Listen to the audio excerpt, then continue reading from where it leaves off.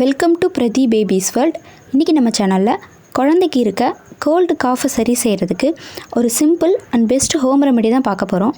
அதுக்கு முன்னாடி நீங்கள் இப்போ தான் ஃபஸ்ட் டைம் நம்ம சேனல் பார்க்குறீங்கன்னா மறக்காமல் சேனலில் சப்ஸ்கிரைப் பண்ணிவிட்டு கூடவே பெல் பட்டனையும் ப்ரெஸ் பண்ணிவிட்டு ஆல் ஆப்ஷன் செலக்ட் பண்ணிவிடுங்க. அப்போ தான் நான் அப்லோட் பண்ணுற லேட்டஸ்ட்டு வீடியோ நோட்டிஃபிகேஷன் உங்களுக்கு உடனே வரும். ஸோ தட் நீங்கள் வீடியோவை மிஸ் பண்ணாமல் பார்க்க முடியும். குழந்தைக்கு சளி பிடிச்சிருந்தா அவங்க சரியாக சாப்பிட மாட்டாங்க, பால் குடிக்க மாட்டாங்க, தூங்கவும் மாட்டாங்க, அடிக்கடி டிஸ்டர்ப் ஆகி அழுதுகிட்டே இருப்பாங்க. பேபிக்கு ஒன்ஸ் கோல்டு வந்துடுச்சுன்னா அது சரியாக மினிமம் ஒரு 5 டேஸ்னால ஆகும். நான் இந்த வீடியோவில் சொல்ல போகிற ஹோம் ரெமெடியை உங்கள் பேபிக்கு கோல்டு காஃப் இருக்க டைமில் கொடுத்து பாருங்கள். அவங்களோட கோல்டு காஃப் ஒரே நாளில் குறைஞ்சிடும். அப்புறம் ஆட்டோமேட்டிக்காக அவங்க நல்லா சாப்பிடுவாங்க, தூங்குவாங்க. ஸோ வீடியோவை கடைசி வரைக்கும் ஸ்கிப் பண்ணாமல் பாருங்கள். பேபியோட கோல்டு காஃபை ஒரே நாளில் குறைக்கிறதுக்கு நாம் இன்றைக்கி யூஸ் பண்ண போகிறது இந்த கற்பூரவள்ளி இலை தான். இந்த கற்பூரவள்ளி செடியை நம்ம வீட்டில் ரொம்பவே ஈஸியாக வளர்க்கலாம். இதோட செடியிலேருந்து ஒரு கிளையை மட்டும் உடச்சி வச்சிங்கனாலே போதும். அது ஈஸியாக ஆட்டோமேட்டிக்காக செடியாக சூப்பராக வளர்ந்துடும். குழந்தை இருக்க வீட்டில் கண்டிப்பாக இந்த கற்பூரவள்ளி செடியும் இருக்கணும். ஏன்னா இது அவ்வளோ நல்லது. சளி இருமலுக்கு இது ஒரு பெஸ்ட்டு ஹோம் ரெமெடினே சொல்லலாம். குழந்தைக்கு மட்டும் இல்லை, பெரியவங்களுக்கும் இருக்க சளி இருமலுக்கும் கூட நம்ம இந்த கற்பூரவள்ளியை யூஸ் பண்ணலாம். இப்போ இந்த கற்பூரவள்ளி இலையை குழந்தைக்கு இருக்க சளி இருமலை ஒரே நாளில் குறைக்க எப்படி யூஸ் பண்ணலான்னு பார்க்கலாம். ஒரு 4 கற்பூரவள்ளி இலையை எடுத்து ஃபஸ்ட்டு அதை நல்லா க்ளீன் வாட்டரில் வாஷ் பண்ணிவிடுங்க. ஒரு 2-3 தடவைனாலும் நல்லா வாஷ் பண்ணுங்கள். வாஷ் பண்ணி கொஞ்சம் ட்ரை ஆனதுக்கப்புறம் விளக்கில் காமிச்சு ஹீட் பண்ணுங்கள். விளக்கில் தான் காமிச்சு ஹீட் பண்ணணும்னு இல்லை, விளக்கு இல்லாதவங்க நம்ம டைரெக்டாக அடுப்பில் காமிச்சும் ஹீட் பண்ணலாம். இல்லைனா அடுப்பில் நம்ம ஒரு பேன் வச்சுட்டு அந்த பேன்லேயும் இந்த கற்பூரவள்ளி இலையை வச்சு ஹீட் பண்ணிக்கோங்க.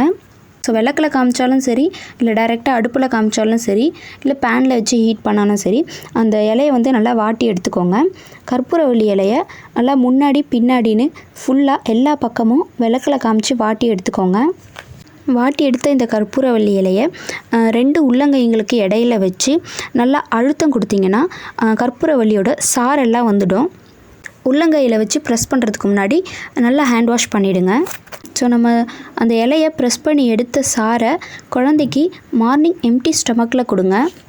1 ஸ்பூன் கொடுத்தாலே போதும். இதை கொடுத்த அன்றைக்கே நமக்கு தெரியும் சளி இருமல் முன்னாடி இருந்ததை விட நல்லாவே குறைஞ்சிருக்கும். இந்த கற்பூரவள்ளி சாறு குழந்தையோட சளி இருமலை ஒரே நாள்லேயே குறைச்சிடும். 3 நாள் தொடர்ந்து மார்னிங் எம்டி ஸ்டொமக்கில் இதை கொடுத்தீங்கன்னா பேபிக்கு இருந்த சளி இருமல்லாம் ஆட்டோமேட்டிக்காக சரியாயிடும். கோல்டு காஃப் இருந்தால் தான் இதை கொடுக்கணும்னு இல்லை. இப்போ கிளைமேட் சேஞ்ச் ஆகியிருக்கிறதுனால அடிக்கடி குழந்தைங்களுக்கு கோல்டு காஃப் வரதுக்கு நிறைய சான்சஸ் இருக்குது. ஸோ அதை தடுக்க ப்ரிவென்ஷனாக கூட நம்ம இந்த கற்பூரவள்ளி சாரை டெய்லி மார்னிங் எம்டி ஸ்டொமக்கில் 1 ஸ்பூன் கொடுத்துட்டு வரலாம். இது குழந்தையோட இம்யூனிட்டி பவரை இன்க்ரீஸ் பண்ணி கோல்டு காஃபு அவங்க பக்கத்தில் கூட வரவிடாமல் பாதுகாக்கும். 6 மந்த் கம்ப்ளீட் ஆன எல்லா குழந்தைங்களுக்கும் இந்த கற்பூரவள்ளி சாரை கொடுக்கலாம். ஸ்டார்டிங்கில் கொடுக்கும்போது ஒரு 1/2 டீஸ்பூன் மட்டும் கொடுங்க. அதுக்கப்புறமா அளவை கொஞ்சம் கொஞ்சமாக இன்க்ரீஸ் பண்ணிக்கோங்க. நல்லா வளர்ந்த பெரிய குழந்தைங்களாக இருக்காங்கன்னா நீங்கள் அவங்களுக்கு என்ன பண்ணலான்னு பார்த்தீங்கன்னா, இந்த மாதிரி கற்பூரவள்ளியை சாறு எடுத்து கொடுக்காம மார்னிங் ப்ரஷ் பண்ண உடனே எம்டி ஸ்டொமக்கில் ஒரு 2-3 இலையை அப்படி நல்லா மென்று சாப்பிட சொல்லுங்கள். ஸோ பெரியவங்க நம்மளும் கூட இதே மெத்தடே ஃபாலோ பண்ணிக்கலாம். இந்த கற்பூரவள்ளி இலையை நம்ம அப்படியே மென்று சாப்பிட்டோம்னாலும் நமக்கு இருக்க கோல்டு காஃப் சரியாகும்.